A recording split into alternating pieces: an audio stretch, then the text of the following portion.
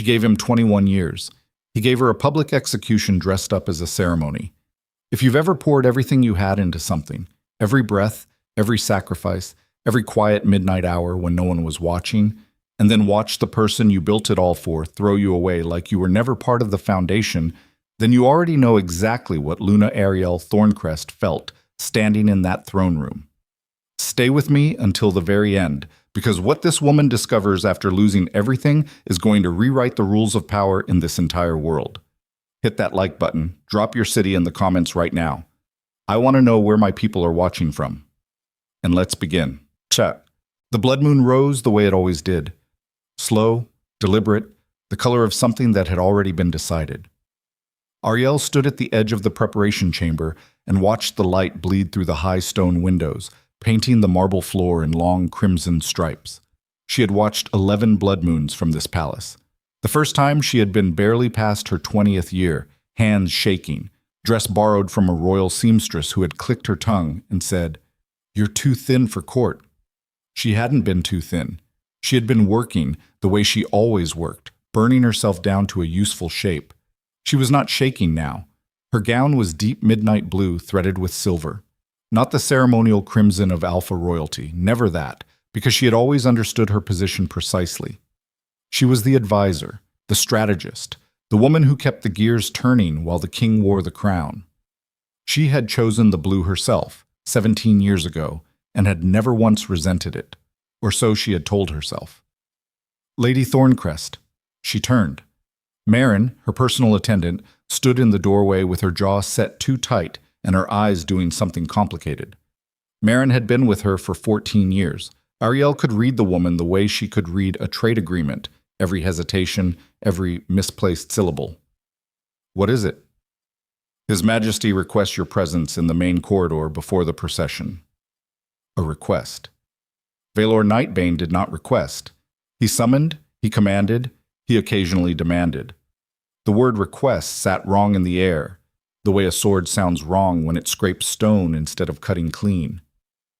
"Tell me," Aryelle said. Marin looked at the floor.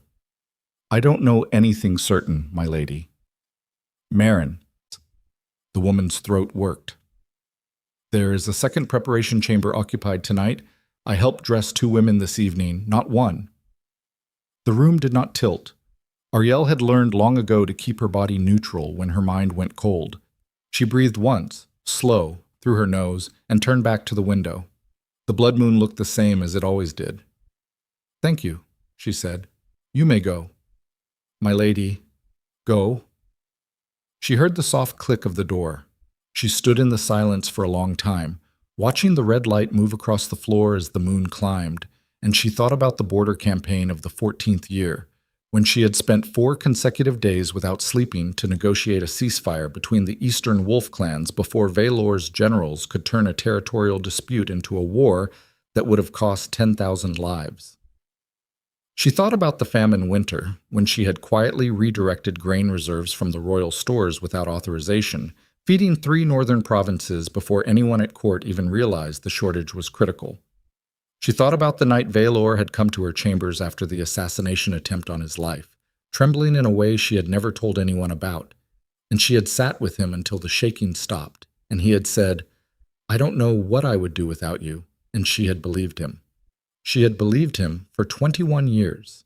She picked up her outer wrap, heavy wool, practical, and draped it over her arm.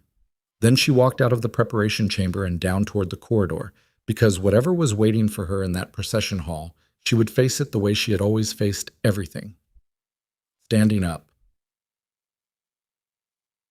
The crystal corridor connected the inner palace to the ceremony amphitheater, and on blood moon nights it was lined with the entire court, nobles, military commanders, foreign dignitaries, ambassadors, trade representatives, and every high-ranking alpha family within 3 days' ride of the capital. 200 people, at minimum, sometimes 4. Tonight, Aryelle estimated closer to 300. She entered from the eastern arch and felt the shift immediately. The way conversation doesn't stop but changes register, the way eyes move and then deliberately move away. She had spent enough years navigating court politics to know exactly what collective guilt looked like, on a room full of people who had decided in advance that something was unavoidable. They already knew. Every person in this corridor already knew what was about to happen. She kept walking. Commander Aldrich Graves stepped out of the crowd on her left, thick-necked, gray at the temples, the man who had led Veor's northern campaigns for 15 years. He and Aryelle had corresponded directly during half a dozen military crises. She had saved his supply lines twice. He looked at her face, looked away, and stepped back into the crowd without speaking. That told her everything about the shape of the evening. She found her designated position at the head of the advisor's column, 4 steps behind the royal party, the precise ceremonial placement she had held for 2 decades. And she stood there and she breathed, and she watched the doors at the far end of the corridor open. Veor entered first. He was 43 years old, and he had the kind of physical presence that filled rooms the way smoke fills rooms. Gradually, then completely. Tall, dark-haired, shoulders built for the ceremonial armor he wore tonight, a jaw that every court painter had depicted with the same studied reverence. He had a face designed to project authority, and he had always known how to use it. He did not look at Aryelle as he entered. He had not looked at her directly in... She counted back because she had trained herself to track things. 11 days. She had noticed. She had chalked it to the pressures of the summit preparation, the Eastern diplomatic tensions, the internal council disputes she had been quietly managing on his behalf. She had told herself the distance was circumstantial. She was good at telling herself useful things. Behind Veor, the royal family's inner circle filed in. His brother Doran, the High Council members, 3 foreign kings come for the ceremony as honored witnesses. And then, at the very end of the royal column, in a placement that did not belong to an advisor or a dignitary or a guest, a woman. Young, mid-20s at most, which made Aryelle's mind do a calculation she did not want to make. Light-haired, the Ashmore family coloring, pale gray eyes under a ceremonial circlet that had no place on the head of an unmarried noblewoman at a blood moon ceremony unless... Celine Ashmore. Aryelle had met her twice, had assessed her the way she assessed every person who moved through the palace, quickly, thoroughly, and filed the information away. Celine was intelligent, socially skilled, the youngest daughter of the Ashmore house whose lands bordered the capital territory. Nothing remarkable, nothing threatening. Except that she was walking in the Queen's processional position, and every eye in the corridor was watching to see how Luna Aryelle Thorncrest would respond. Aryelle did not respond. She stood in her place and watched the procession pass, and she thought, so this is what it looks like when it finally happens. And she was furious with herself for the small, traitorous part of her that was not entirely surprised. The amphitheater held the full court seated in tiered stone around a central dais, and the blood moon ceremony had 3 components: the declaration of the realm's strength, the renewal of the Alpha King's bond to his primary council, and the naming of any new formal alliances. The bond renewal. She had stood beside him for 11 consecutive ceremonies. 11 times in front of the entire court, Veor had spoken the formal words that recognized her as the council partner of the crown. It was not marriage. It was not love, officially. It was the Alpha King's public acknowledgement that she was the person his rule depended on. 11 times. Aryelle sat in the advisor's position on the main dais and felt the stone of her seat through the thin fabric of her gown, and she catalogued the feeling carefully, cold, hard, unyielding, and thought that it was useful information about the nature of beautiful-looking things. Veor stood at the ceremonial center, and he was magnificent, as he always was, the blood moon turning his dark hair deep red and his armor into something that looked lit from within. She had helped him choose that armor. She had argued with the royal armorer for 3 days about the weight distribution because she had watched Veor's right shoulder compensate for poor fit during the summer campaign, and she had not wanted him carrying a performance deficit into a ceremony where he needed to project strength. He was projecting it now. He went through the first component, the declaration of the realm, in the formal register, deep and carrying, and Aryelle listened to the words she had helped him refine 6 months ago when they had reviewed the ceremony language together, and she thought, "You rehearsed removing me from this. You practiced it while I was optimizing your speech." That landed differently than she expected. Not grief exactly, something colder, something that felt like the end of a long miscalculation.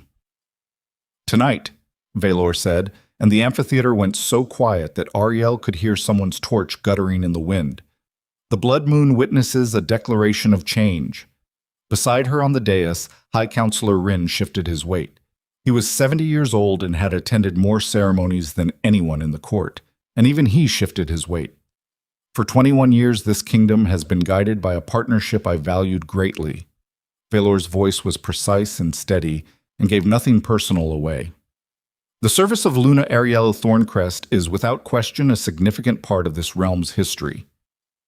Valued, past tense. Part of history.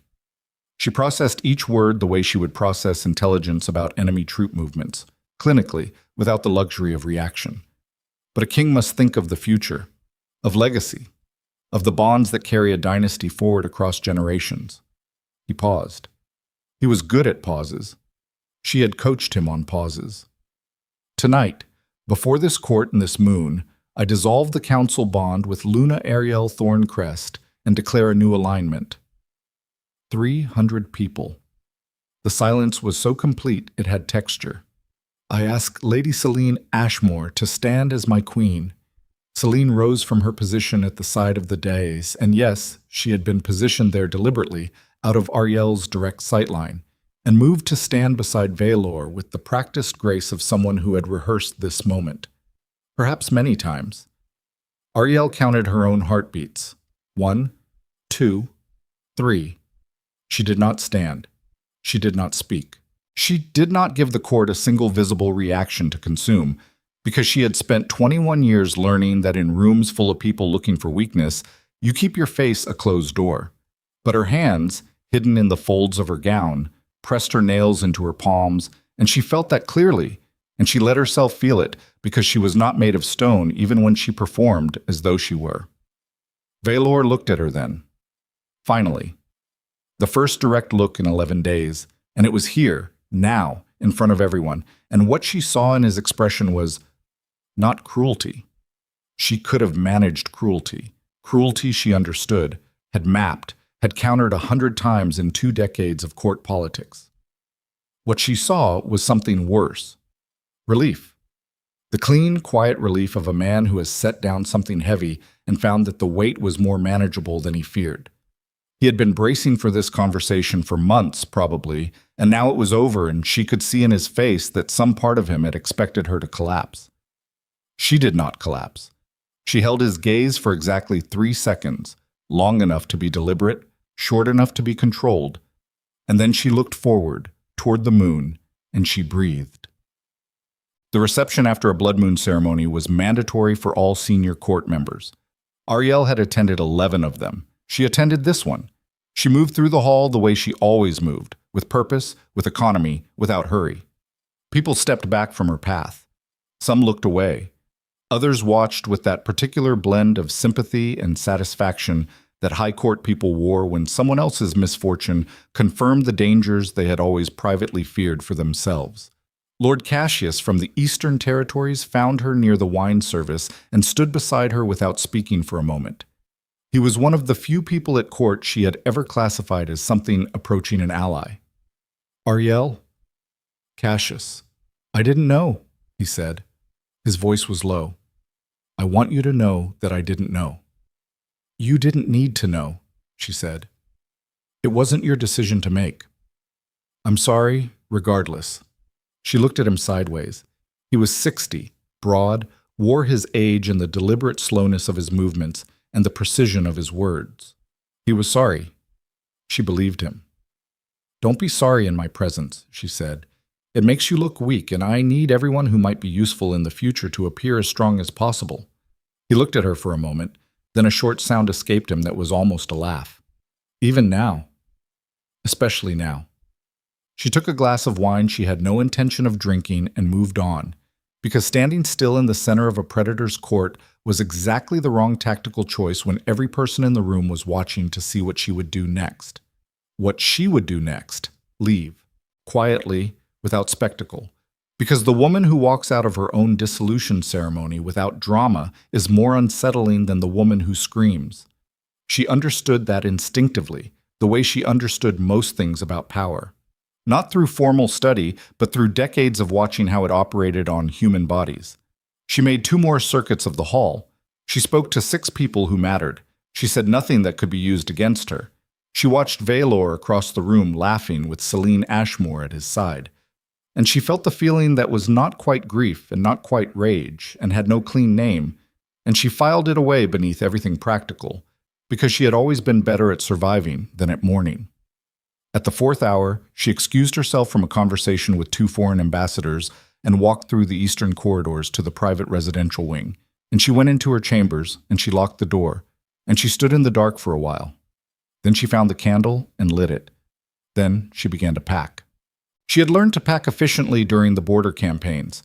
14 years of moving with the Military Advisory Corps had taught her that survival required portability, that you could not build your life around things that didn't fit in a travel case. She had always kept her personal effects modest by the standards of her position. Other women in equivalent roles had accumulated rooms full of court-given luxury. Aryelle had accumulated maps, correspondence records, and 4 changes of functional clothing. It took her 1 hour. Marin appeared just before midnight, silent and red-eyed, and helped her without being asked. Neither of them spoke much. Marin packed the traveling cloak, the sealed correspondence box, the small locked case that held documents Aryelle had maintained for years without fully understanding their significance. That case had arrived with her when she first came to court. Her father's case. She had never been permitted to open it.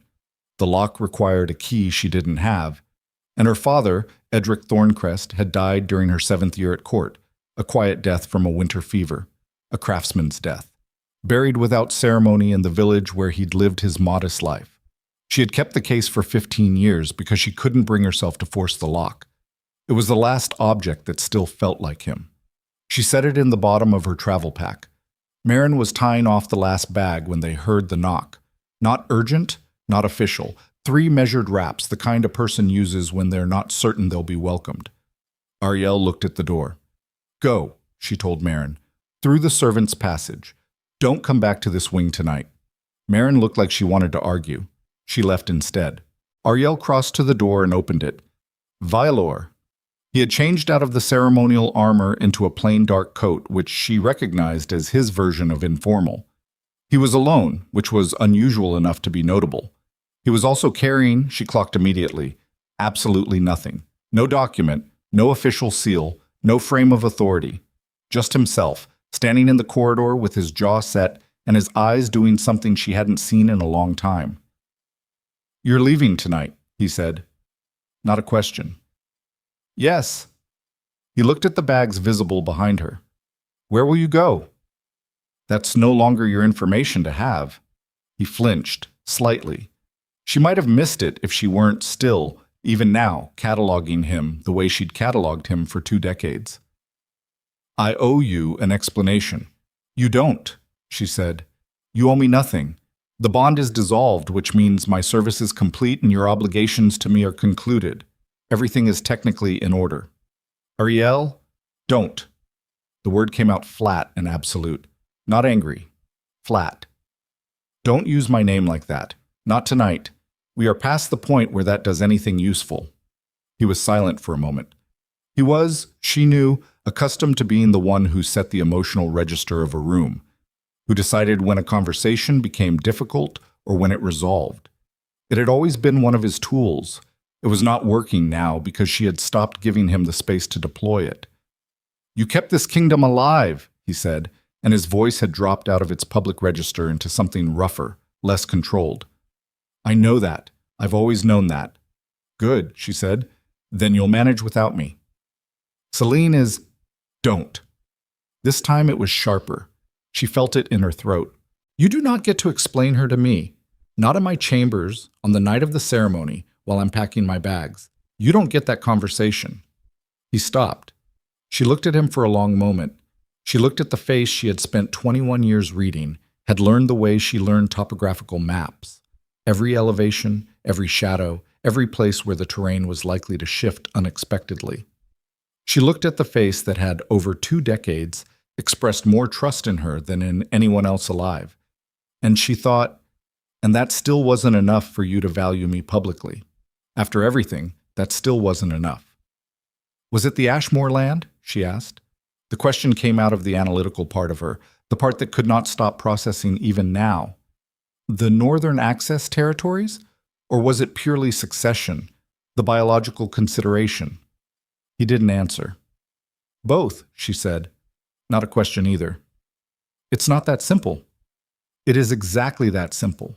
You made a calculation, land plus legacy versus what I provided, and what I provided didn't inherit territory or carry children. She picked up the strap of her travel pack. It was always going to end this way, Veor. If I'd been paying attention to the right things instead of the work, I would have seen it years ago. I don't want it to end this way. What you want, she said, is no longer a variable I'm accounting for. She hoisted the pack and walked past him into the corridor, and he did not stop her, because he knew, she thought, that stopping her would require a different kind of man than he had ever tried to be. And she walked down the dark hallway with her jaw locked and her shoulders straight, and the locked case from her father's hand sitting at the bottom of her bag. And she did not look back. The stable boy was asleep when she arrived, and she saddled her own horse. She had always preferred to, honestly, trusting her own hands with the tack more than ceremony, and she was just pulling the last cinch tight when she heard the sound. Not footsteps. Quieter. The sound of someone trying very hard not to make a sound, which was, she had found, louder in its way than ordinary noise. She did not turn around. Whoever is behind me, she said quietly, had better make a decision quickly, because I leave in 2 minutes. Silence. Then, my lady, I've been waiting. She turned. Old Pell, officially Pellander Durish, archivist to the royal household for 30 years, a man so ancient and unremarkable that half the court didn't know his name, stood 3 feet away holding a sealed letter in both hands. His hands, she noticed, were trembling. Not with age, with something else. Pell. I was instructed not to deliver this until tonight, he said. Specifically tonight. I was told I would know when the time was right. His jaw worked for a moment. I think the time is right, my lady. She looked at the letter. The seal on it was not a court seal. It was a craftsman's mark, the kind of mark a working man put on contracts and agreements, simple and unadorned. A mark she recognized. Her father's mark. Her hands felt strange as she took it. Heavy, or the opposite of heavy. Too light, as if something was trying to lift them away from the paper. He brought it himself, Pell said. Aryelle Thorncrest. He brought it 15 years ago, 3 months before he died. He said, the old man steadied himself. He said, give this to my daughter on the night she stops building someone else's kingdom and starts remembering her own name. The stable was very quiet. The blood moon through the high window had gone from red to deep amber, which meant it was past the ceremony peak, moving toward the ordinary dark. Aryelle looked at the seal. Her father's mark. A craftsman's mark. A simple man's mark on a letter that had waited 15 years for her to be standing exactly here. She broke the seal. The letter inside was 3 pages. Her father's handwriting, the careful and precise script of a man who had taught himself to read and write long after most men stopped bothering.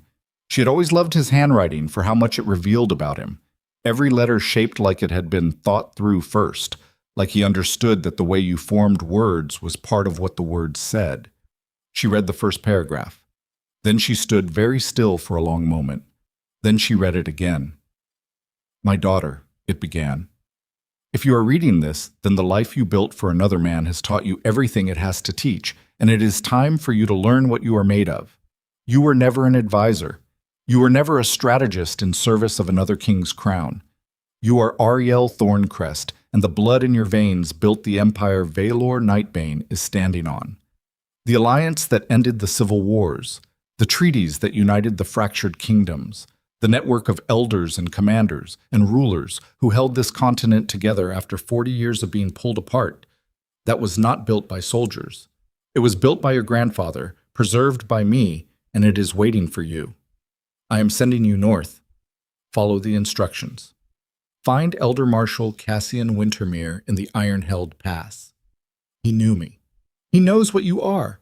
Do not be afraid of the size of what you're inheriting, Aryelle. Be afraid of what you'll leave undone if you spend another decade making yourself smaller. She lowered the letter. Her horse was breathing softly beside her, warm and patient. Old Pell was watching her with the expression of a man who has been keeping a very large secret for a very long time and is profoundly relieved to have finally handed it to someone else. Outside, the palace that had been her entire world for 21 years was lit in the last of the blood moon's light. The ceremony concluded, the court dispersing to their chambers, a new queen installed in the position Aryelle had spent 2 decades propping up from the invisible side. She had walked in here tonight believing she was leaving with nothing. She folded the letter carefully, tucked it inside her coat against her chest, where she could feel the paper's weight against her ribs like a second heartbeat. Then she put her foot in the stirrup and mounted her horse. "Pell," she said, "my lady, was there anything else he left with you? Anything he told you? Anything beyond this?" The old archivist looked up at her on the horse, and his eyes were wet, though his voice held steady. "He told me one thing more," he said. "He said, tell her I was never just a craftsman, and tell her she was never just an advisor. The kingdoms she thinks she was serving were always already watching her. They were waiting for her to figure out that she was the one worth following." Aryelle looked at him for a long moment. Then she turned her horse north, toward the mountains, toward the iron-held pass, toward a name she had never heard before tonight, Cassian Wintermere, an elder, a man who had known her father, a man who apparently knew what she was. The palace gates were open. They were always open, technically, though no one ever used them at this hour.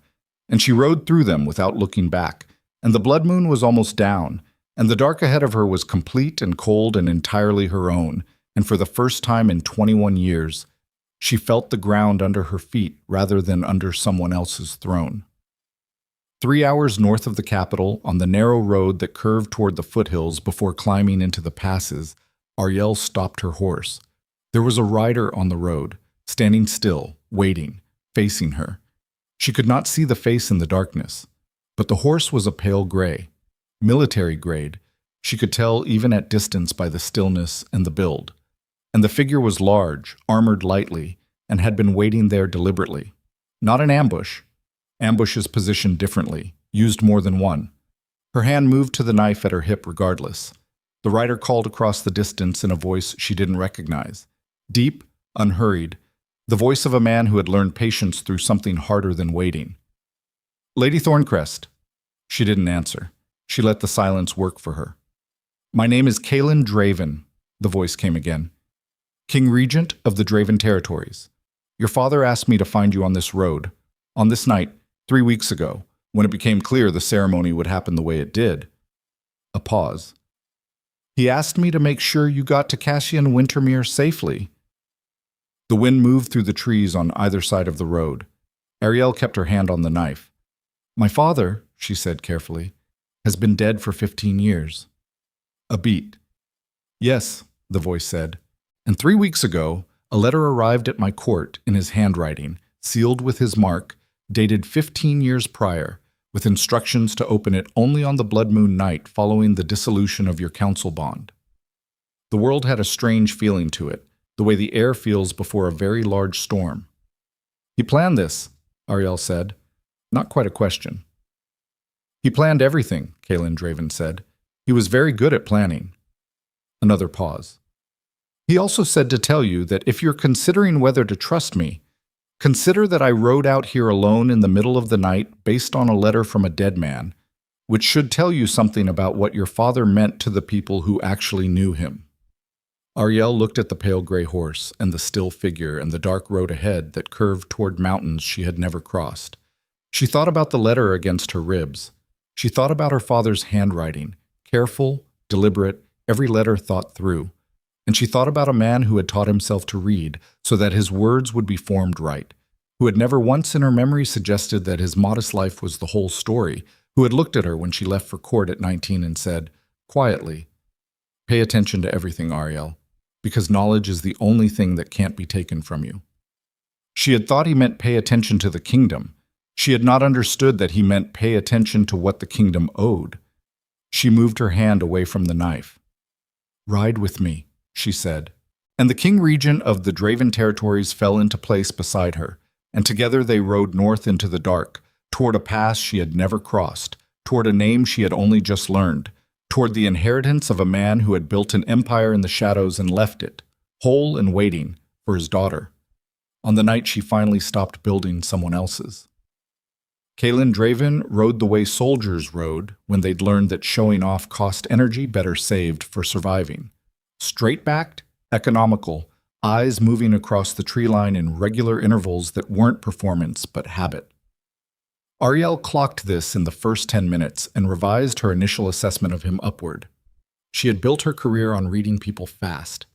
It was the only kind of speed that had ever mattered. They rode in silence for the better part of an hour, the pale gray horse keeping pace with hers without crowding, the road narrowing as it climbed toward the first foothills. The blood moon had finally set and left genuine dark behind it, the kind of dark that existed before lanterns and civilization decided to argue with it. She could hear her horses breathing and Kaelin's horses breathing, and wind moving through pine, and nothing else. She broke the silence because she had decided something. "Tell me about Cassian Wintermere." Kaelin didn't answer immediately. She had noticed he did that. Let a question sit for a breath or two before responding, not from uncertainty, but from what appeared to be a genuine habit of thought. It was different from Veor's pauses, which were theatrical. These felt like a man who had learned that speaking before you finished thinking was a form of waste. "Elder Marshall," he said, "retired. He held the Northern Pass alliances together for 30 years before he stepped back. He's 70-something now, sharp as a blade kept oiled." A pause. "Doesn't take visitors. But he'll take me. Your father's letter said he would." "You trust the letter."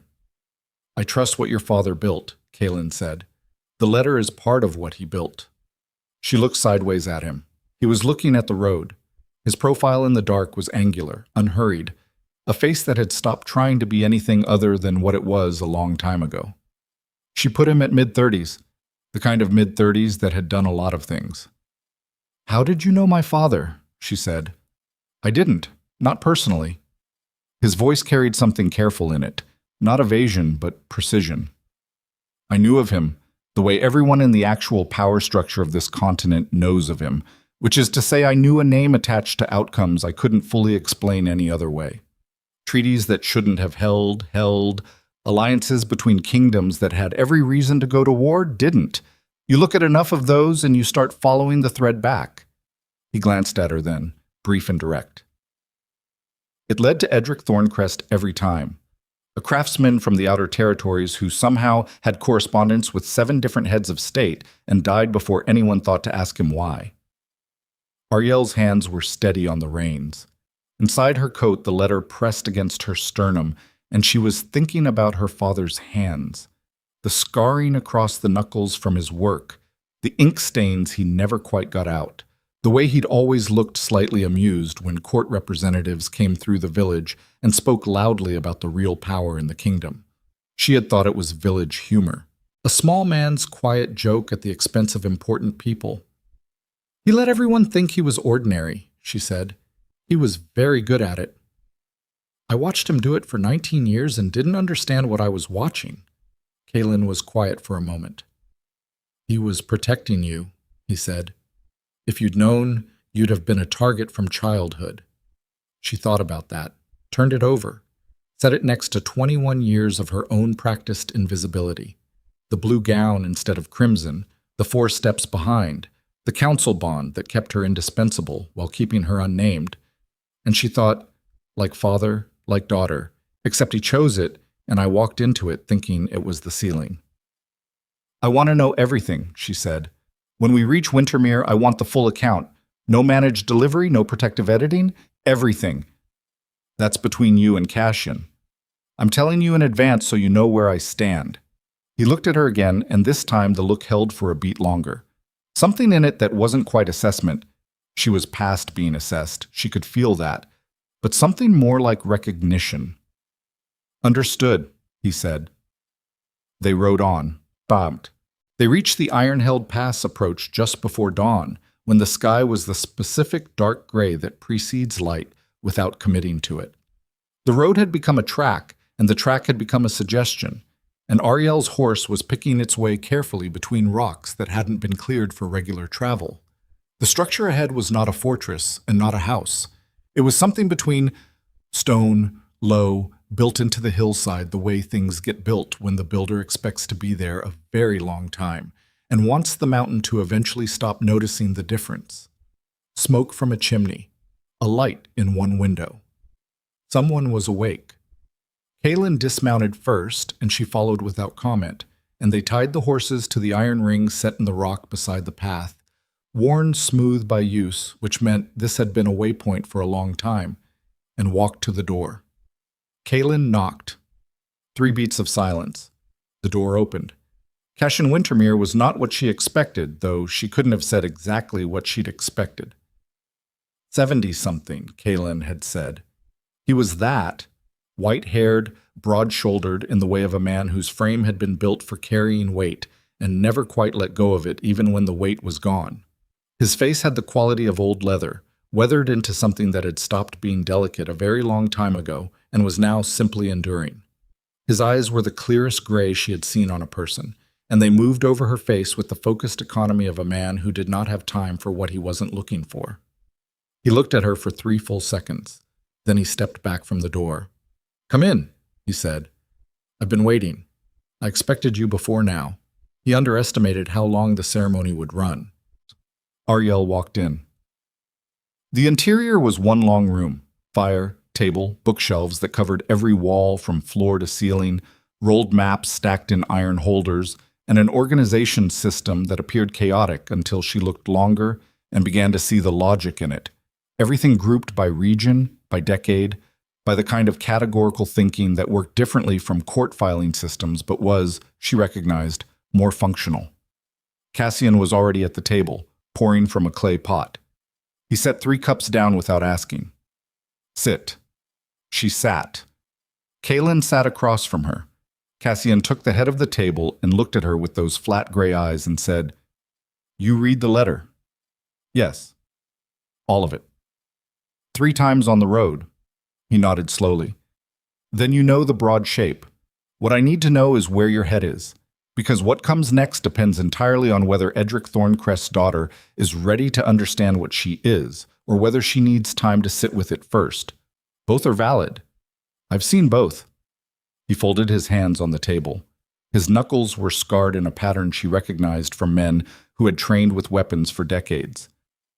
"I do not have patience for pretense, however. If you're frightened, say so. If you're angry, say so. We start from where you actually are." Aryelle looked at the cup in front of her, hot liquid, something bitter and restorative. She wrapped her hands around it. "I'm not frightened," she said. "I was angry about 4 hours ago. I've moved past it into something more useful." "What's more useful?" "Wanting information." Cassian looked at her for a moment. Something in his expression shifted. Not softened exactly, but settled.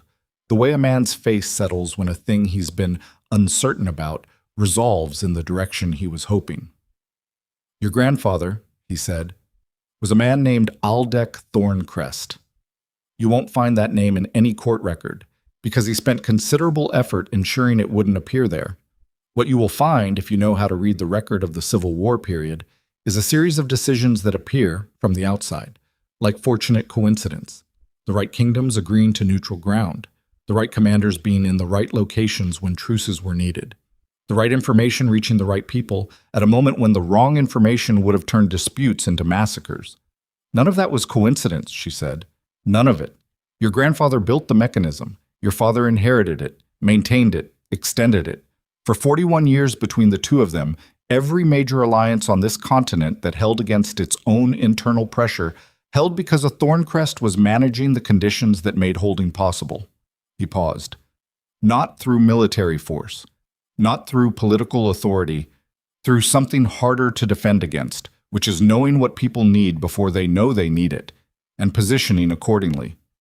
The fire was loud in the quiet. "Veor's entire reign," Aryelle said slowly. "Veor's entire reign," Cassian confirmed. "What he inherited when he took the throne was not a strong kingdom. It was a kingdom that appeared strong because the support structure underneath it was maintained by your father and then by you, without either of you being named for it. She felt the weight of that land against her chest. Not crushing. The opposite, the specific pressure of something large finally being called by its right name. Who knows this? Everyone who matters knows some version of it. That's the nature of how it was built. The knowledge is distributed intentionally so that no single point could be compromised. Cassian Wintermere knows the whole shape because your father trusted me with it. His jaw tightened slightly. And because I was the one who helped him structure the transition in the event that he couldn't make it to tell you himself. You knew he was dying. He knew he was dying. He told me 18 months before it happened. The plan for this night, the letter, Draven, the road, he laid all of it out with that much lead time. Aryelle breathed. The fire crackled. Kaelin, across the table, was watching her with the particular stillness of a man who understood that this was not his moment to speak. The inheritance, she said. What specifically is it? Cassian reached behind him to the shelf and pulled a leather case, old, well-traveled, the kind of case that had been opened in a lot of serious rooms. He set it on the table. Correspondence, treaties, a map of every active alliance node on the continent, who holds it, and what they owe the Thorncrest lineage. He held her gaze. Not owe in debt, owe in loyalty. There are 11 independent rulers across 3 territories who have been waiting for 15 years for a Thorncrest to come forward and take the line back up. They honored your father. They held. 11, she said, as of the last accounting. There may be more now. Some of the younger commanders who came up during the war periods, they know the story, even if they don't know the specific name attached to it. She pulled the case toward her, opened it. The correspondence inside was dense, organized by territory, every letter in her father's careful hand or in hands she didn't recognize but would learn. She looked at the first page of the map. She had spent 21 years reading maps. She understood what she was looking at. The empire Veor Nightbane believed he ruled was a surface.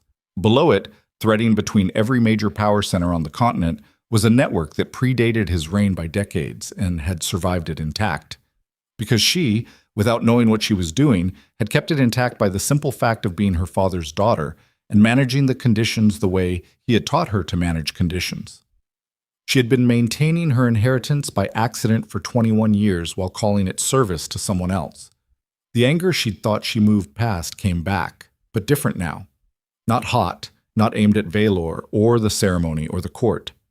Aimed inward, at 19 years of deliberate smallness. At every moment she had folded herself into a useful shape and told herself that was strength. Her father had written, "Do not be afraid of the size of what you're inheriting." He had known she would be afraid. He had known her well enough to know that the size of it was the exact thing most likely to make her put it down. She closed the case. "I need 3 days," she said, "to read everything, to understand the full structure before I move." "You have them." Cassian leaned back. "Though I'd suggest you start tonight rather than sleeping. There are people who will notice your absence from the capital within 48 hours, and some of them will be looking. Veor's people. And others who've had their eye on this inheritance since your father died, waiting to see if you'd ever claim it." His eyes were flat and direct. "The moment you left that palace tonight, you started a clock." She looked at Kaelin. He had been still through the entire conversation, but the quality of his stillness was not absence. It was the particular attention of a man filing everything accurately and speaking only when the filing was complete. "You've known all of this?" she said. "Enough of it," he said. "More than I knew a month ago, when the letter arrived. And you came. Your father built something worth protecting," he said. "I'm in the business of protecting things worth protecting." He met her eyes without flinching. "And I've watched this continent run on the invisible labor of people who were never named for it long enough to have opinions about what happens when one of them finally gets named." The fire had burned down from its initial height. The room was warm, close, full of the weight of what had been said and what hadn't been said yet, and the very large fact of the case sitting on the table between 3 people who were, Aryelle was beginning to understand, the only people on the continent who knew the full picture. She pulled the case toward her and opened it again. "Tell me where to start," she said to Cassian. He reached across and placed one finger on a document near the top of the first section. "This one," he said. "It's the treaty your grandfather signed with the Dravenmoor territories before either kingdom existed under its current name." He glanced at Kaelin. "You'll recognize the second signature." Kaelin's jaw moved once. "My grandfather." "Your grandfather, which is why your father's letter came to you specifically." Cassian's gray eyes moved between them. "The Draven line has been inside this alliance since its first generation. You're not a witness to what she's inheriting, Commander. You're part of the structure of it." The word fell into the room and changed the dimensions. Kaelin looked at the treaty, then at Aryelle. She was already reading it. What she found in the treaty's third page made her go still in a way that was different from her practiced court stillness. This was involuntary, the body's response to something the mind hadn't finished processing. Her grandfather's alliance network, the founding document, and at its core, a clause she read twice and then a third time to be certain of the language.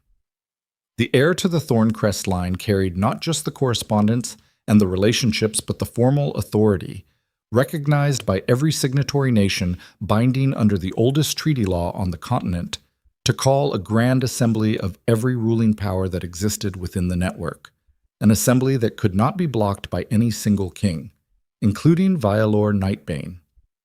She set the document down very carefully.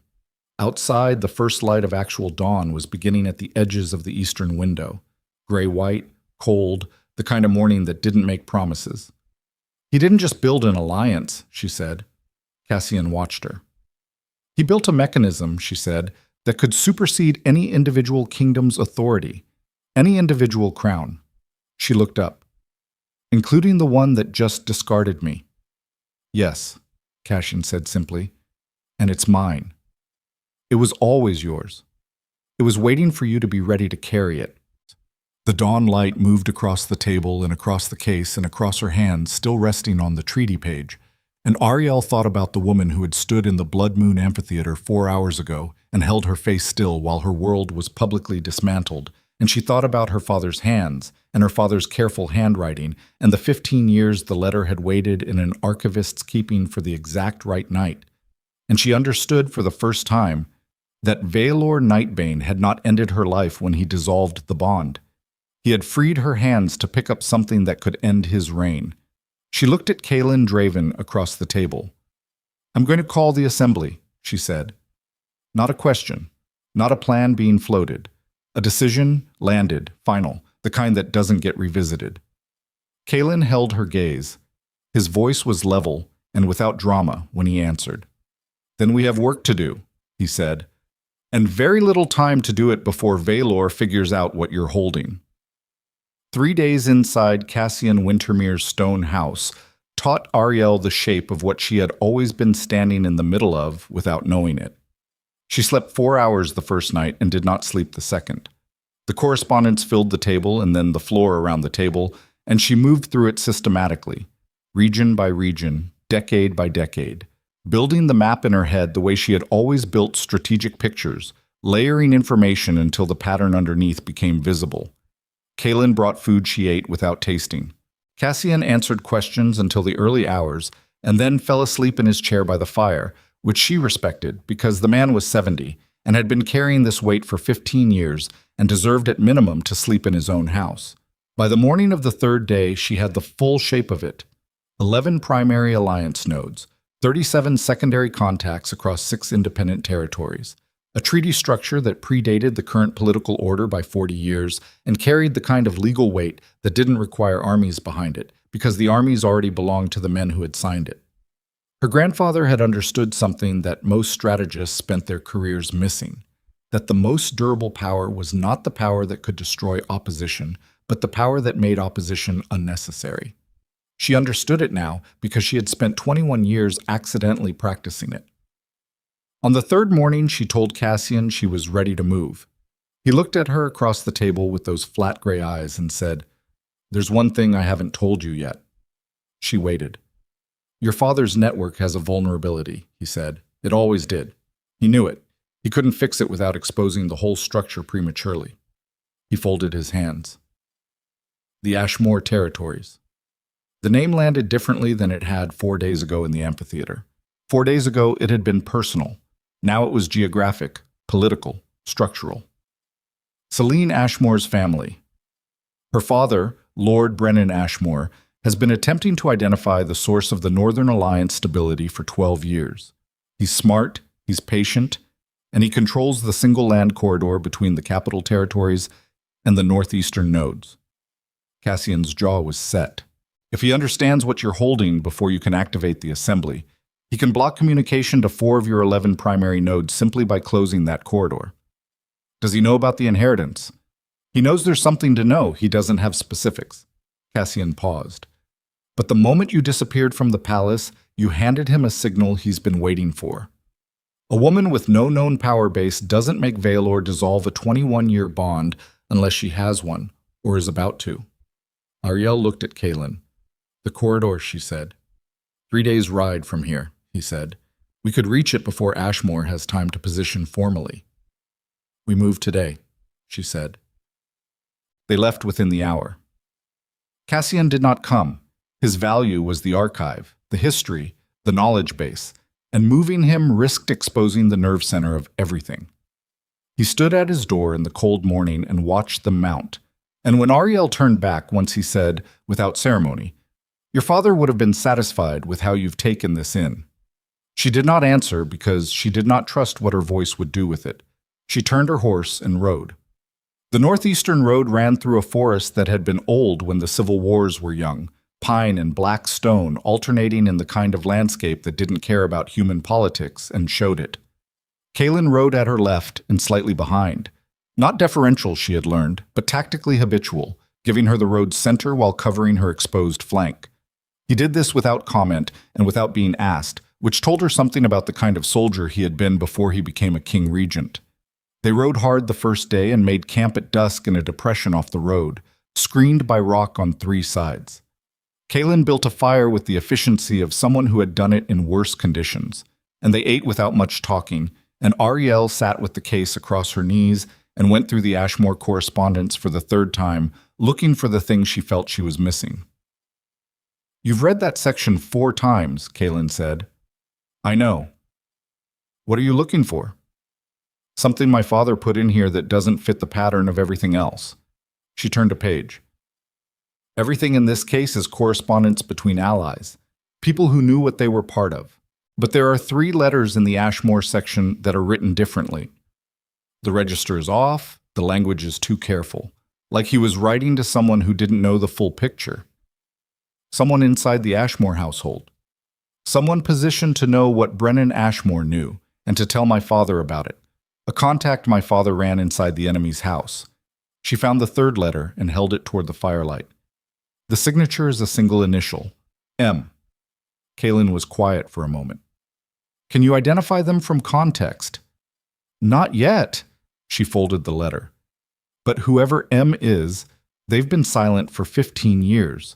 The last correspondence in this section is dated 6 months before my father died." She set the case aside. "If they're still alive and still in position, they might be the fastest way through the Ashmore corridor without a direct confrontation. And if they're not, then we find another way." She looked at the fire. "There's always another way. That's the one thing 21 years of court management actually teaches you. The number of paths between any 2 points is always larger than it looks from the outside." Kaelin looked at her from across the fire with an expression she was beginning to be able to read, which was the expression of a man revising an assessment upward in real time and not sure what to do with that. She did not address it. She went to sleep. The 2nd day's riding brought them out of the forest and into open territory. Rolling land, farmsteads, the occasional village that watched 2 armed riders pass with the careful disinterest of people who had learned that watching too openly was its own kind of danger. The Ashmore corridor came into view in the late afternoon, a narrow valley between 2 ridges, the road threading through it controlled on both ends by watchtowers that the Ashmore family maintained under the legal fiction of border protection. They did not ride into it. They stopped on the ridge above and Kaelin used the glass he carried, military grade, the kind that pulled detail from distance, and they took turns reading the valley. 2 positions on the eastern tower, said, he said when she handed the glass back. More than standard. Brennan Ashmore is expecting movement. Or he already knows. She looked at him. The word already was doing work she didn't like.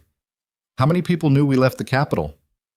Cassian, your attendant, old Pell. Kaelin lowered the glass. And whoever was watching the palace gates on Blood Moon night, which in a court that size could be any number of people reporting to any number of interests. She thought about Marin, sent through the servants' passage. She thought about Pell, alone in the stable after she'd ridden away. She thought about the corridor full of 300 people who had watched her face during the ceremony and known what was coming before she did. She thought about the specific weight of a room where everyone has already decided something and you are the last to know.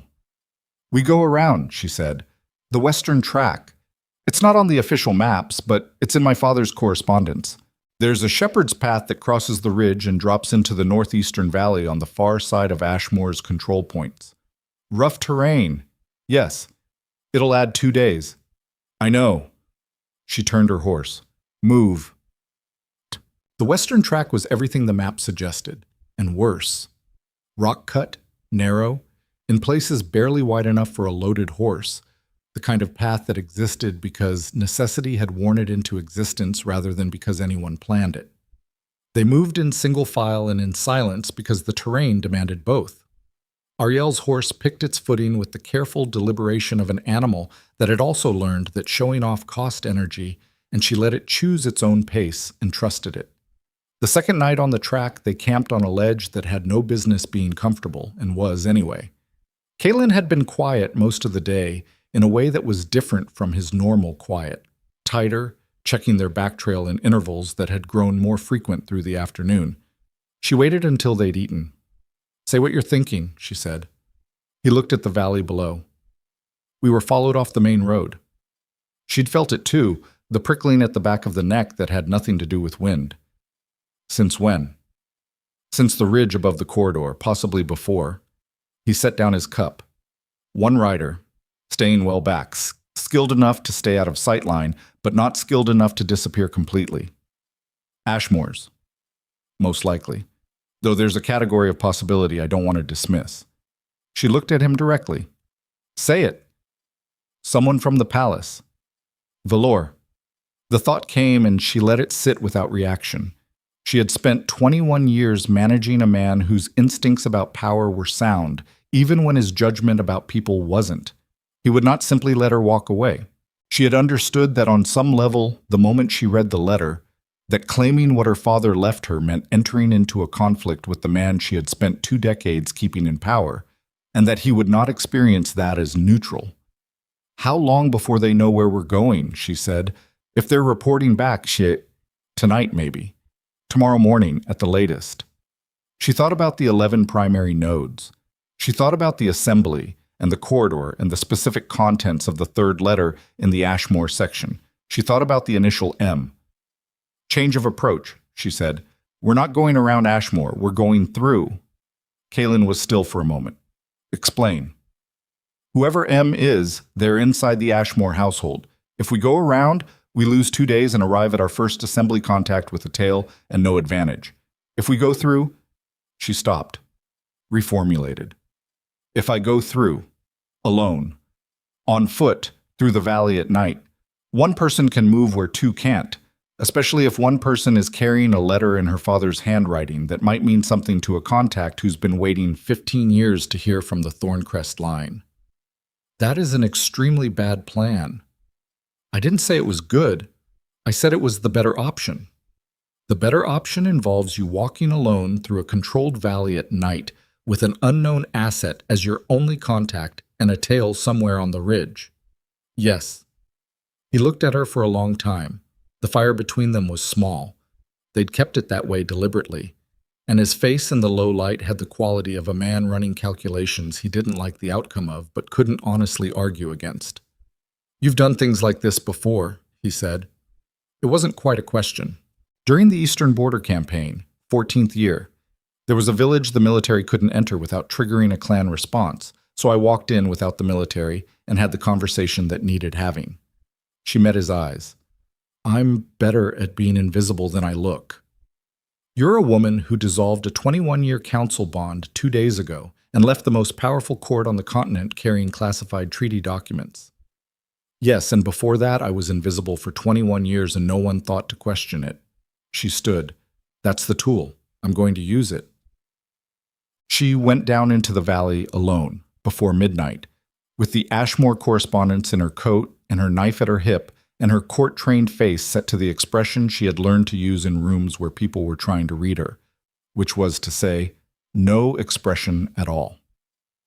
The valley was cold and dark, and the watchtowers were lit. She moved along the valley's western edge, where the rock face threw shadow, the way she had always moved through hostile spaces, not fast, never fast, because fast drew eyes, slow and deliberate, like she belonged there, like the question of belonging had already been settled somewhere above the pay grade of anyone who might challenge it. She had learned that from watching Veor. Whatever else he was, he had known how to enter a room. She had simply learned the same lesson applied to valleys at midnight. The third farmstead from the eastern edge matched the description in her father's letter. Stone-built second window from the north corner. She waited in the shadow of the fence for 10 minutes, watching the house breathe. Light, movement, the patterns that told her who was awake and where. One light. Second window. She went to the window and knocked twice, slow, the pattern from the letter. Silence. Then, movement. Careful. The window opened 2 inches. A woman's voice, low and careful. Who are you? Aryelle Thorncrest's daughter. A very long silence. The window opened fully. The woman inside was perhaps 50, gray-streaked hair, the kind of face that had made itself unremarkable on purpose. Not beautiful, not plain, just consistently forgettable, which Aryelle recognized immediately as a professional achievement rather than an accident of nature. Aryelle said. Mira, the woman said. My name is Mira. Your father called me M in the letters because I asked him to, in case the letters were ever found. Her eyes moved over Aryelle's face with the rapid assessment of someone who had been doing risk calculation for a long time. You look like him. People keep saying that. Come inside, quickly. She went in through the window. Undignified, she thought, and then thought that dignity was a luxury for people who weren't trying to activate a 40-year treaty network before a king's allies closed the roads. And Mira shut it behind her and turned, and for the first time in the conversation, her face showed something other than controlled caution. It showed fear. Not of Aryelle. Behind it, past it, something that had already happened. What is it? Aryelle said. They came this morning, Mira said. Lord Brennan's men. They were searching the farmsteads along the western edge. She stopped. They had a name. They were looking for Cassian Wintermere's location. The cold that moved through Aryelle then had nothing to do with the temperature. Cassian?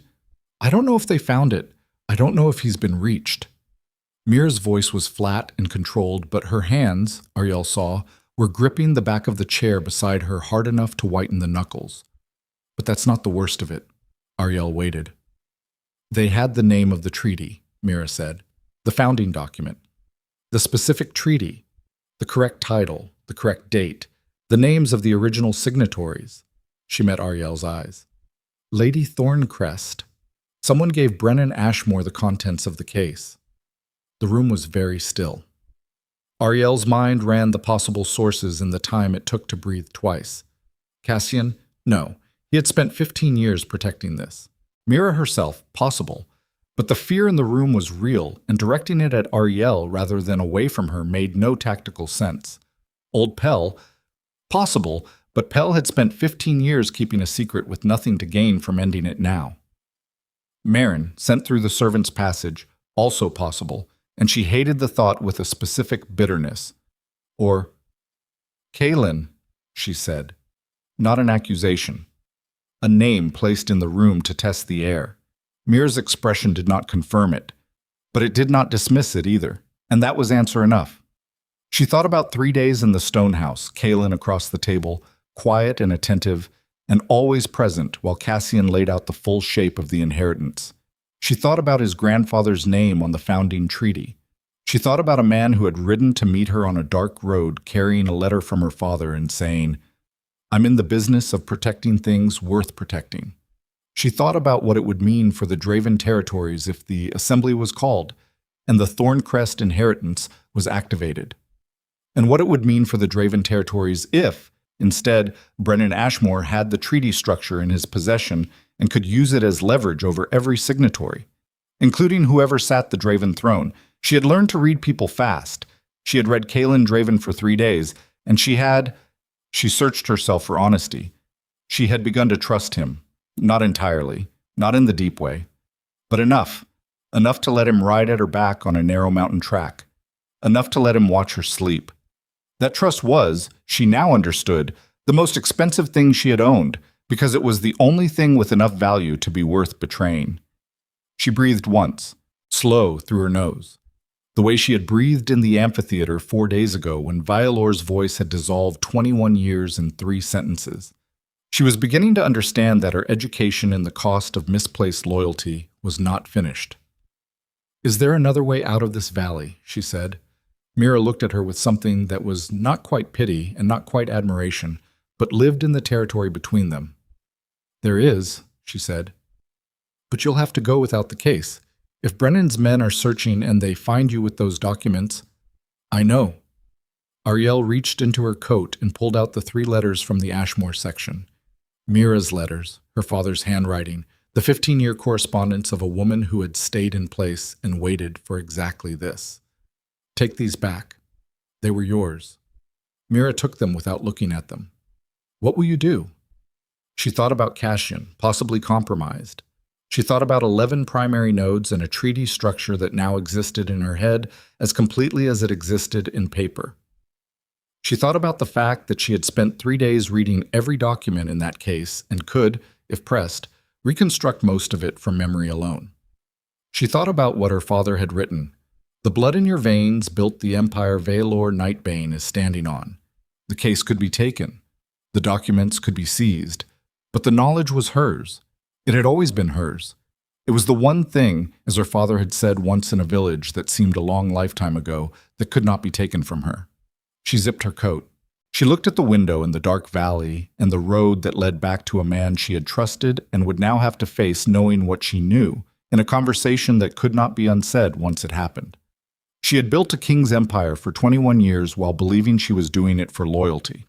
She understood now that the only empire worth building was the one she could not be removed from, the one that lived in the knowledge and the network and the name that 11 independent rulers had been holding for 15 years, like a flame kept lit in a room they never stopped believing she would eventually enter.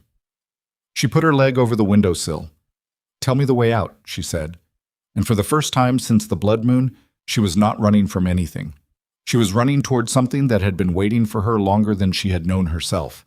Mira's way out ran east through the valley's drainage ditch, stone-sided, knee-deep in cold water, narrow enough that Aryelle had to turn sideways in places to move through without scraping sound off the walls. She went alone in the dark, and the cold with her boots filling with water and her coat soaked to the hip within the first 10 minutes, and she did not think about Kaelin Draven. She thought about the route. She thought about the 11 nodes and the assembly clause and the specific wording of the founding treaty that she had read 4 times, and could now reconstruct paragraph by paragraph if pressed.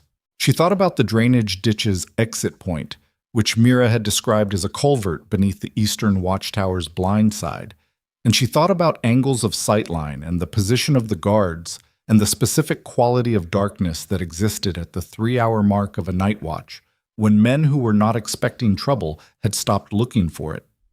She did not think about Kaelin Draven because thinking about him required a calculation she was not ready to make in cold water in the dark, and unfinished calculations were more dangerous than no calculation at all. She had learned that from 21 years of court work. Partial assessments got people killed. You either knew enough or you knew you didn't know enough, and the second was survivable as long as you admitted it to yourself cleanly. She did not yet know enough about what Kaelin had done and why and what it meant for everything going forward.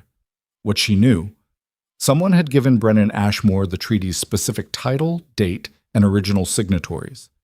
The information had been in the stone house with 3 people. She had left before Mira told her, which meant she had not yet confronted the third person directly. What she also knew, she was walking out of the Ashmore Valley in a drainage ditch at the 3rd hour of the night, alone, soaked to the thigh, and whatever had been building between her and Kaelin Draven over 3 days of firelight and shared road, and the particular honesty that comes from exhaustion and high stakes, that thing was now a problem she had to solve before it solved her. The culvert was where Mira said it would be.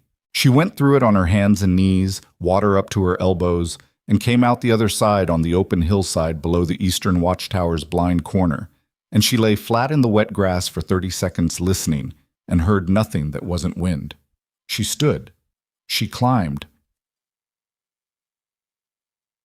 Kaelin was where she had left him, or appeared to be, which was the first thing she assessed before she entered the camp perimeter. His horse was still there. The fire had burned lower. He was sitting with his back against the rock face in the posture of a man keeping watch, which she moved around to approach from his sightline rather than from behind, because she needed to see his face when he saw her. He heard her at 20 feet. His head came up, body going to alert in the automatic way of trained soldiers, and then he saw it was her and the alert resolved, but not all the way. Something in him registered that something had changed before she said a word. Good, she thought. It meant he was paying actual attention. You're wet, he said. Drainage ditch. You got through? Yes. She stopped 4 feet from him and looked at him directly. His face in the low firelight was doing the thing she had learned to read over 3 days. The careful stillness that was not absence, but processing. He was reading her the way she was reading him.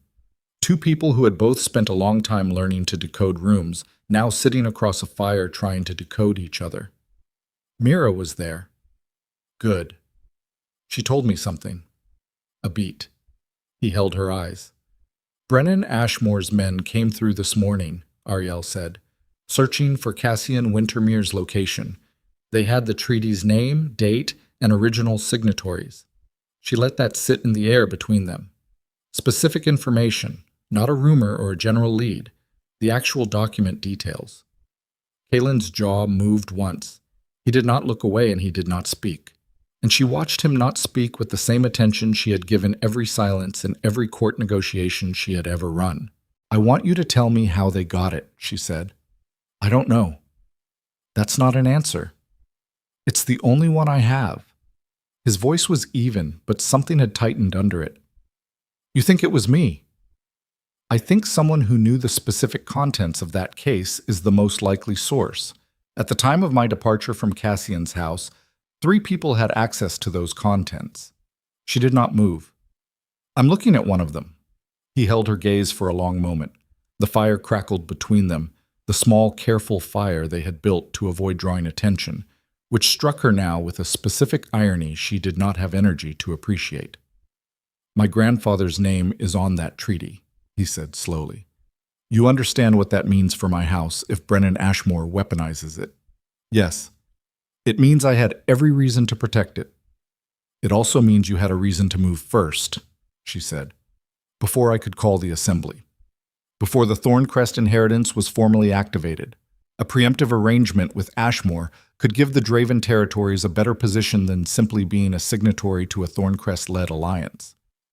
She watched him understand that she had already run the calculation in the drainage ditch. He exhaled, hard through his nose. I did not contact Ashmore. Then who? I don't know. He stood slowly, because fast movement in this conversation would be tactically stupid, and he was not a tactically stupid man.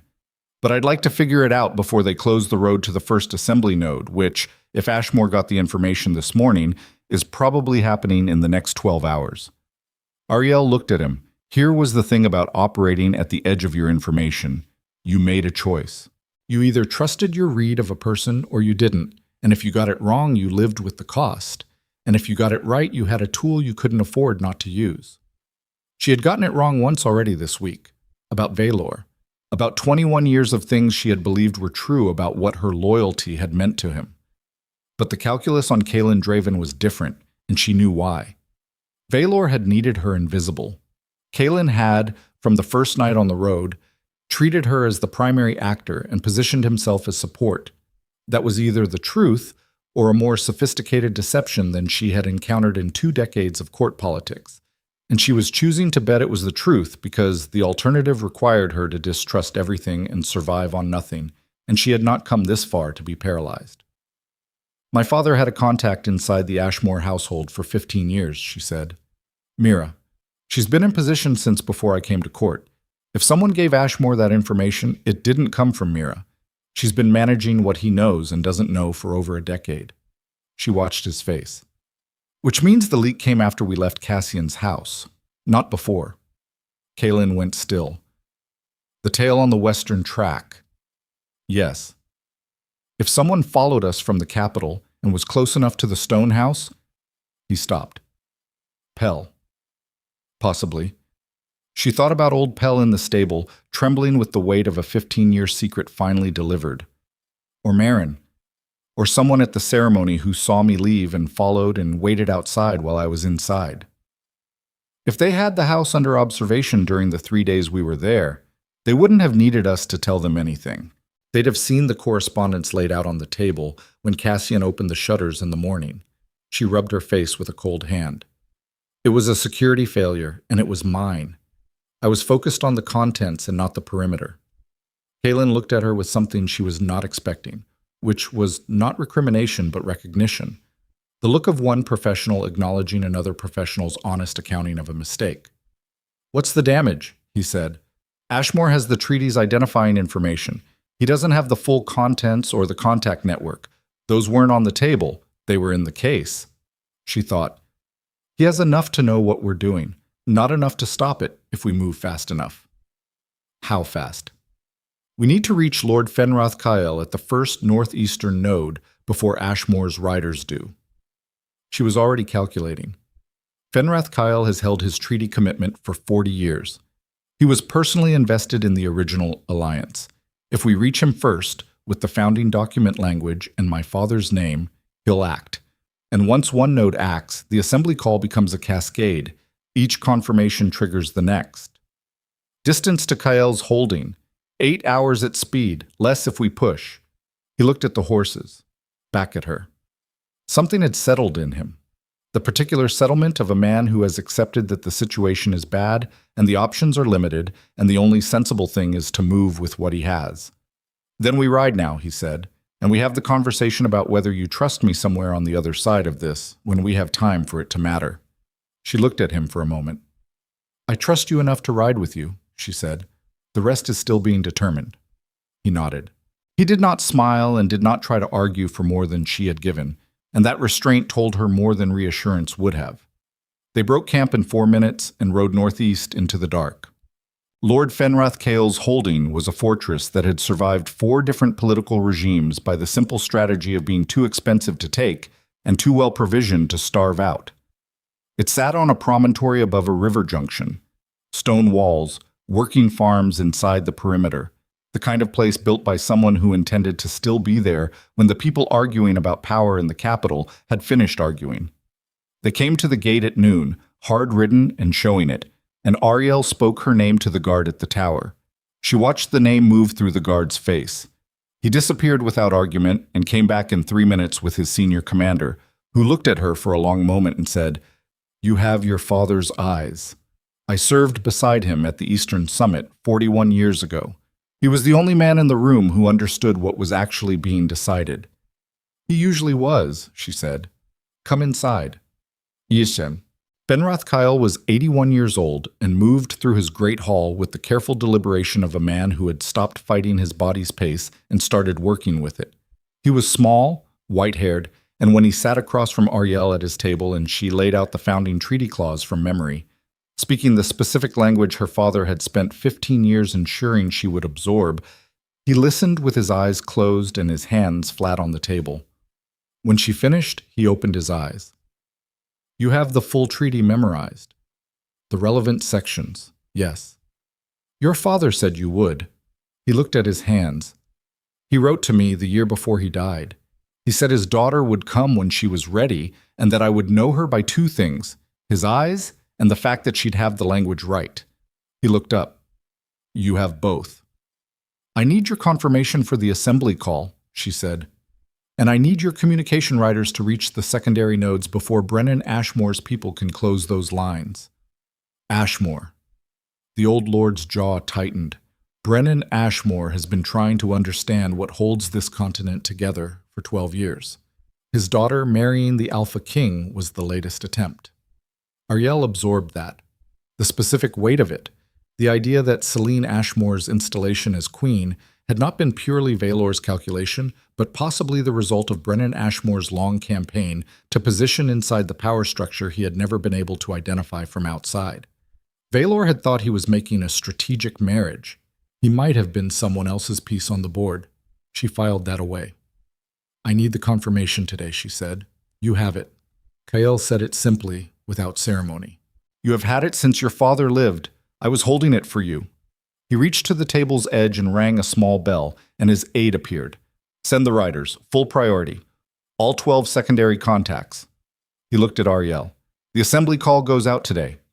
Kaelin, beside her, exhaled once. The riders went out within the hour, 12 of them carrying Kael's seal and Aryelle's formal confirmation of the assembly clause, fanning across the northeastern territories at speed. She stood in the holdings courtyard and watched them go, and felt the specific sensation of a mechanism beginning to move that could not be stopped once started, the same feeling she had felt at the beginning of every military campaign she had ever managed, the moment when preparation ends and consequence begins. She had 2 days before the assembly responses began arriving, 2 days before the Grand Imperial Summit could be formally convened under the founding treaties' terms. She was using the second hour of the first day to review correspondence with Kael's senior archivist when Kaelin appeared at the door. His face was doing something she had not seen it do before. Not controlled, not still. Riders came in on the southern road while you were with Kael, he said. 3 of them. Fast. She looked at him. Cassian is alive, he said. Ashmore's men reached the stone house 12 hours after we left. They found it empty. He got out. He paused. But they weren't the only ones looking.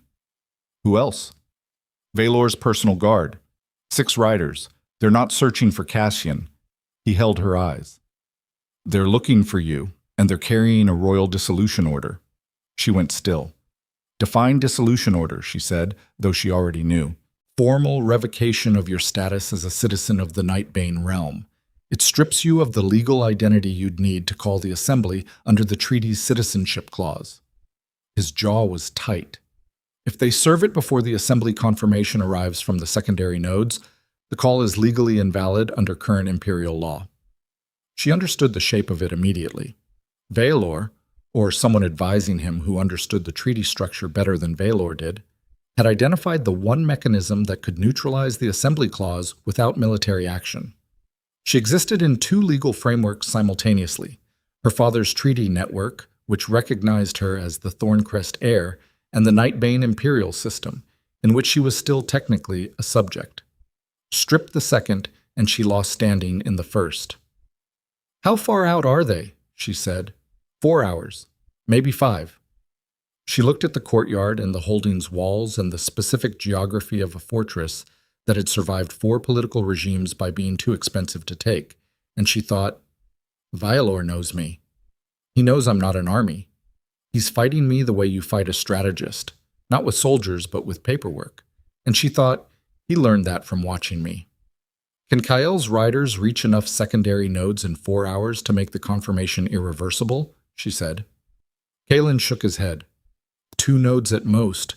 You need 7 for the quorum. Then I need a different approach. She turned and walked back into the great hall and found Kael still at his table and sat down across from him with the specific expression she had worn in every crisis negotiation of the last 2 decades. The expression that meant the parameters had changed and she was already working the new ones. I need to understand the treaty's citizenship requirement precisely, she said. The exact language. Kael looked at her. The assembly may be called by the blood heir of the Thorncrest lineage, recognized by the treaty signatories, acting in the name of the founding alliance. He paused. Recognition by the treaty signatories, not by any single crown. She heard it immediately. The citizenship clause is imperial law, she said slowly. The treaty's recognition clause is older than imperial law. By 40 years, Kael said, If the treaty signatories formally recognize me as the Thorncrest heir before Veor's dissolution order is served, then you exist in a legal framework that predates and supersedes his authority to dissolve anything. Kael's eyes were sharp. Your father thought of this. The recognition provision was written specifically to protect against exactly this maneuver. He anticipated that a sitting crown might try to neutralize the heir through imperial channels. She looked at the old man across the table. He planned for everything, she said. He was very thorough, Kael agreed. She stood. I need your formal recognition now, today, before those riders arrive. You have it. I need it witnessed, sealed, legally unambiguous. Give me 20 minutes. She walked back to the doorway where Kaelin was still standing and looked at him and said, 4 hours. Yes. It's enough. She moved past him. Get Kael's fastest rider ready. The moment the recognition seal is done, it goes to the Grand Imperial Summit location ahead of us. They need to know we're coming and why before Veor's people can reframe the narrative. He fell into step beside her. And if Ashmore moves to block the summit location itself? She stopped walking. She turned to look at him, and something in her face must have been different from anything he had seen on it before, because he went still in a way that was not the stillness of assessment. Then we walk in anyway, she said. Every ruler in that summit knows the treaty exists now. Even Veor's allies, even Ashmore. You cannot unknow a thing once it's named, and the only question left is whether the people in that room are willing to stand up in front of all of it and pretend they don't know. She held his eyes.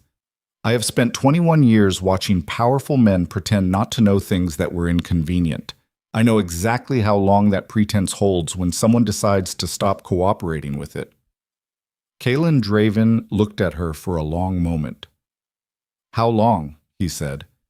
Until the first person in the room looks at the door, she said. It always starts with the door. She turned and walked toward the great hall and the recognition ceremony and the 4 hours that stood between her and the most important room she had ever entered, and she was not thinking about Veor Nightbane or Brennan Ashmore or dissolution orders or the specific mechanics of treaty law. She was thinking about her father's handwriting. Careful, deliberate, every letter thought through. The handwriting of a man who had understood that the way you formed words was part of what the words said. He had formed words for 40 years that built something no single crown could dismantle. She was about to walk into the room where she would say them out loud for the first time, in front of every person who had the power to matter. And she understood, with the bone-deep clarity of someone who has finally stopped making herself small, that she was not afraid of the size of what she was carrying. She was afraid she had almost put it down.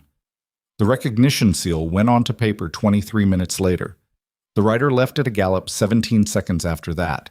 And 3 hours and 41 minutes after Kaelin had said 4 hours, maybe 5, Aryelle Thorncrest walked through the gates of Kael's holding and onto the road to the Crystal Citadel.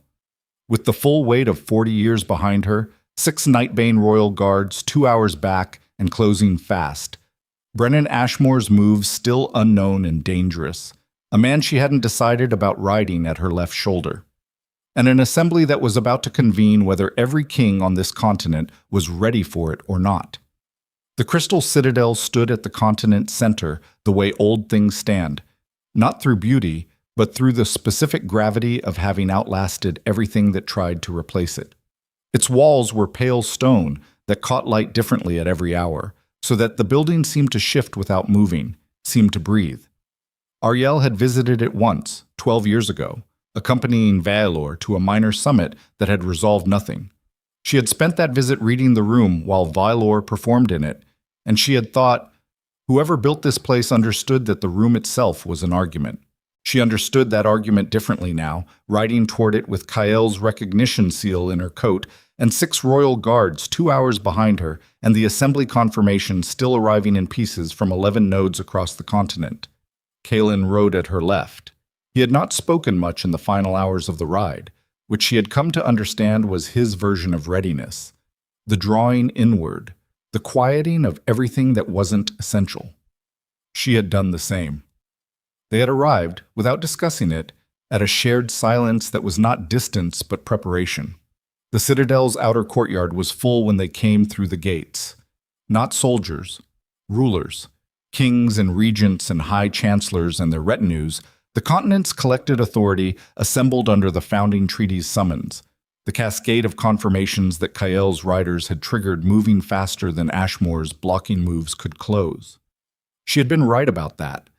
Once one node confirmed, the next felt the obligation of the chain, and the chain had held for 40 years because her father had built it out of something more durable than ambition.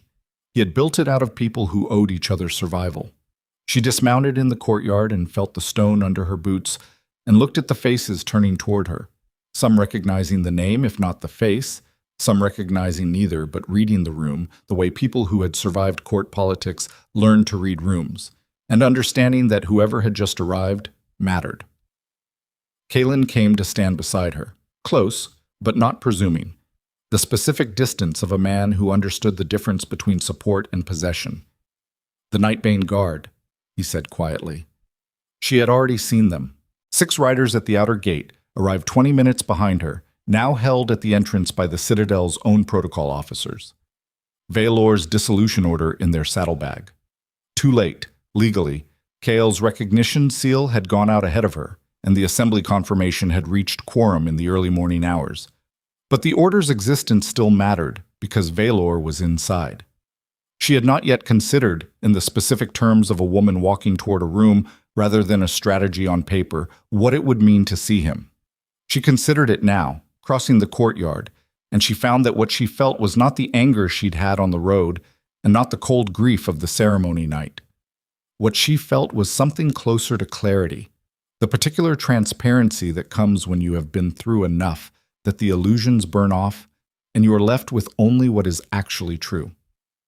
What was actually true? She had loved the work. She had loved the managing and the threading and the quiet victories and the knowledge that things held because she understood how to hold them. She had given that love for 21 years to a man who had let her give it without ever understanding what it cost her to keep the gift up. That was not his crime. His crime was smaller and more human and more forgivable than she had thought in the raw hours after the ceremony. He had simply never looked. She had learned, in the days since, that not being looked at was not the same as not existing.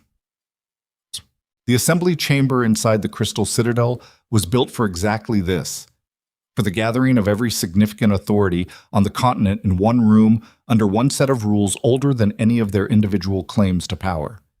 The ceiling was high, the acoustics designed to carry a single voice to every seated position without amplification, and the central floor was open stone with no throne, no elevated position, no architectural argument for hierarchy. Her grandfather had apparently had opinions about rooms. She walked in, and the room shifted. The specific shift of 300 people registering a presence that was not what they expected. She was not dressed for ceremony. She had ridden hard for 2 days, and it showed. The coat was travel-stained. Her hair was practical rather than arranged. Her boots were still carrying the mud of the western track. She looked like someone who had been moving through the world rather than being presented to it. She thought her grandfather would have approved. Veor was standing at the room's far side with a group of his council members, and she saw him register her arrival the way she had seen him register threats in the border campaigns, the body going still before the face decided what to do. He looked, she noted with something that was not quite satisfaction, like a man who had spent 5 days discovering that the thing he had set aside was considerably more complicated than he had understood when he set it aside. Beside him, Brennan Ashmore. Ashmore was 60, gray-haired, the kind of man whose physical presence was moderate and whose actual presence was not. He had the eyes of someone who had spent decades watching other people's power while building his own in the unmapped spaces. She assessed him in 3 seconds and revised her understanding of the last 5 days significantly. This was not a man who had stumbled into proximity to her father's network. This was a man who had spent 30 years trying to find it specifically. His expression when he looked at her was complicated. Not hostile, not entirely. There was something in it that looked almost like recognition. The specific recognition of one careful strategist seeing another. She walked to the room's center. She did not ask for attention. The room gave it. "My name is Luna Aryelle Thorncrest," she said. Her voice carried to the ceiling and came back clean. My grandfather was Aryelle Thorncrest, who built the founding alliance of this continent after 40 years of civil war. My father was Aryelle Thorncrest, who maintained and extended that alliance for another generation. The treaty that summoned this assembly is 41 years old, predates the current political order of every kingdom represented in this room, and carries the formal recognition of every signatory house that is present here today. She paused. I am not here to claim a throne, she said. I am here to claim what my family built, and to tell every person in this room what it is, because you have been living inside it for 4 decades without knowing whose hands were holding the structure up. The silence was the kind that had weight. She laid it out. Not quickly. She had learned from her father that the truth told fast was the truth wasted, that precision required pace, but thoroughly, the way she had always done the work that mattered. The founding treaty, the alliance structure, the specific interventions, named, dated, documented, that had prevented 6 different conflicts from becoming wars in the last 2 decades.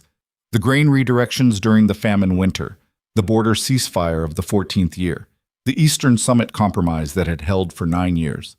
Every quiet, unmapped moment where the continent had been held together by someone who had never been named for it. She named it all. She watched it move through the room, the recognition, the recalculation, the specific expression on the faces of rulers who had believed themselves to be the agents of their own stability and were now understanding that stability as something that had been tended for them. And she watched it move through Veor. She had not looked at him directly since she entered. She looked at him now. He was very still.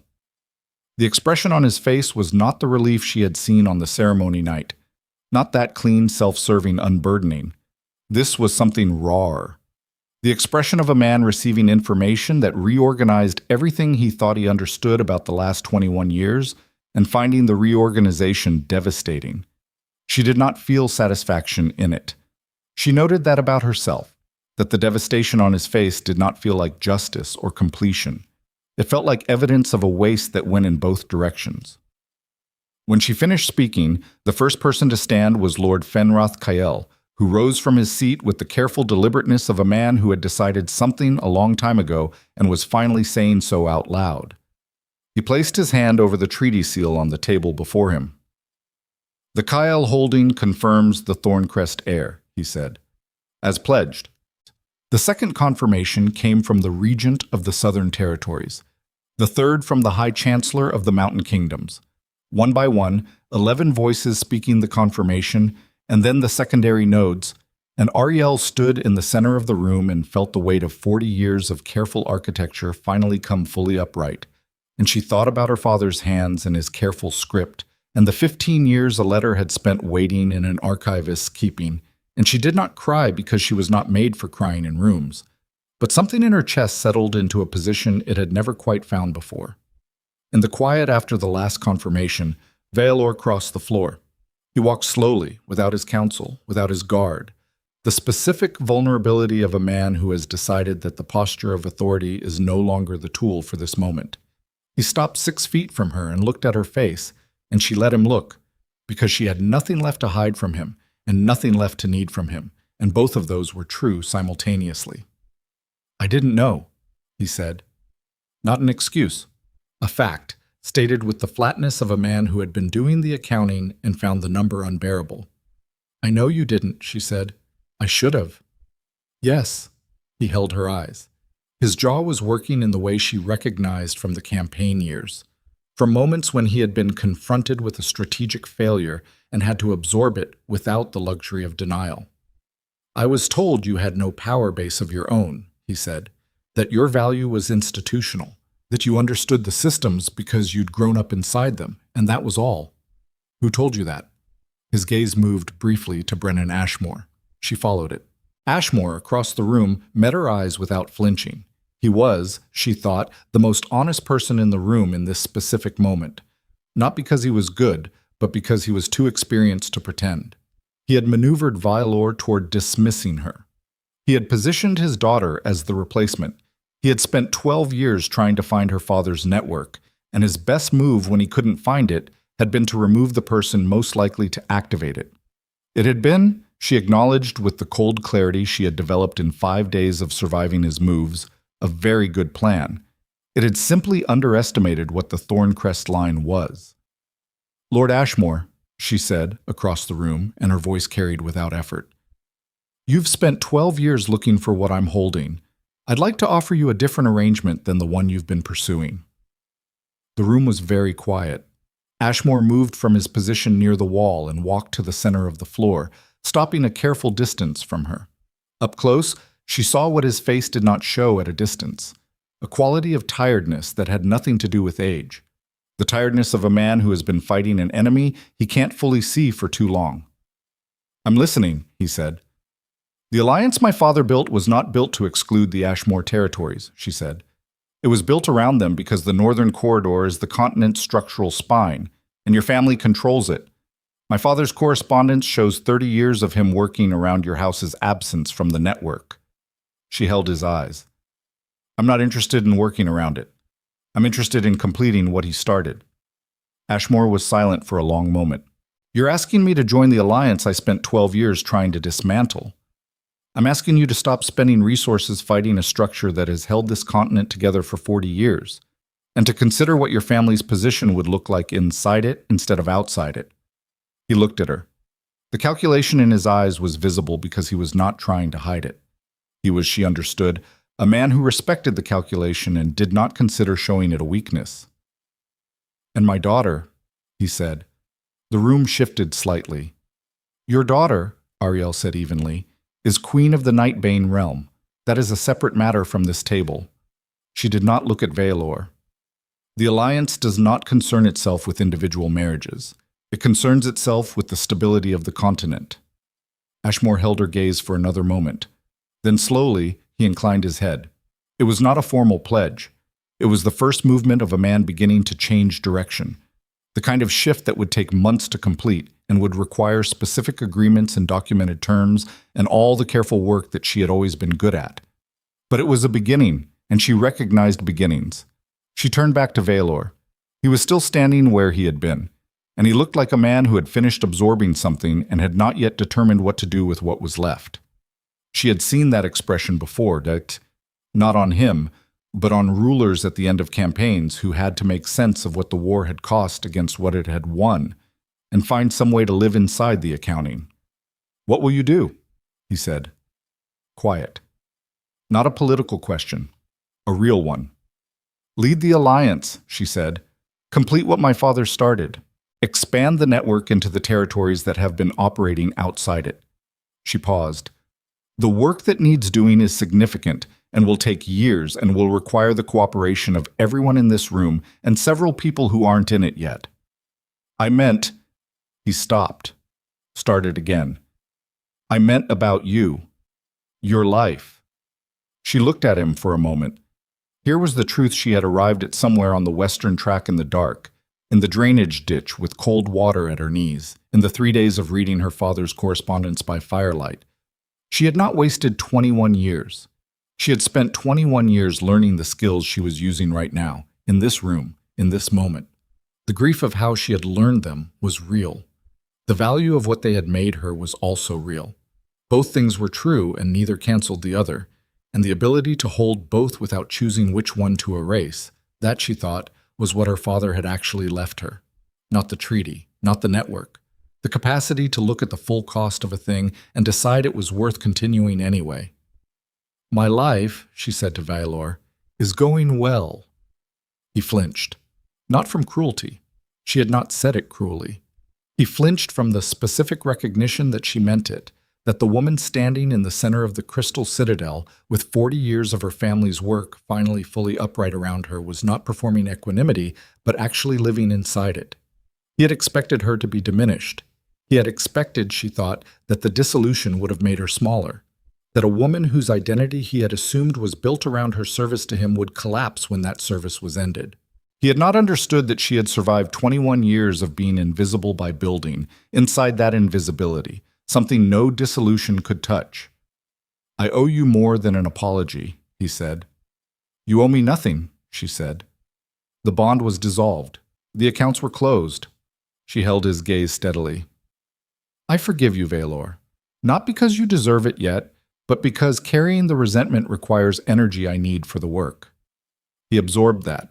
She watched him absorb it, watched the pride that had always been his first response to difficulty move through its cycle and give way to something more honest.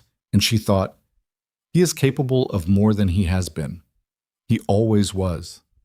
The tragedy was never that he was a bad man. The tragedy was that he had never been required to be his best one. If there's a way to be useful to what you're building, he said carefully, I'd like to be told. She considered him. There will be, she said, when the time is right. She turned away, not dismissively, but with the finality of a woman who has completed a necessary thing and is ready to move to the next one. And she found Kalen at the edge of the central floor, exactly where she had known he would be. He had stayed out of the room's center throughout. Not from absence. She had felt him there. The specific quality of attention he carried, the way a room with Kalen Draven in it had a different distribution of watchfulness than a room without him. But he had understood that the center of this room today belonged to her, and he had taken his position at the edge and held it without diminishment. She walked to him. He looked at her with the expression she had been slowly learning to read over 5 days, the expression that was not quite assessment anymore, that had moved into territory with a different name.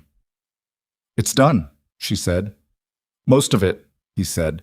The Ashmore corridor still needs formal terms. The secondary nodes need documentation. The summit needs to produce an agreement that holds under imperial law as well as treaty law. Yes. That's months of work. More likely a year, she said. He was quiet for a moment. I'd like to be part of that work. She looked at him. Outside the high windows, the afternoon light was doing something to the citadel's pale stone, turning it toward gold, the slow shift she had noticed on arrival, the building breathing in the changing hour. You understand what being part of that work means, she said. Not a warning, a requirement of honesty between two people who had been through enough to owe each other clarity. I understand it means working beside you, he said. Not behind you, not in front of you. He held her eyes. I've been in enough rooms to know the difference between a leader who needs a following and one who needs a partner. You need a partner. What do you need? She said. He considered the question with the seriousness it deserved. Something worth protecting that's also worth building, he said. I've had the first without the second for a long time.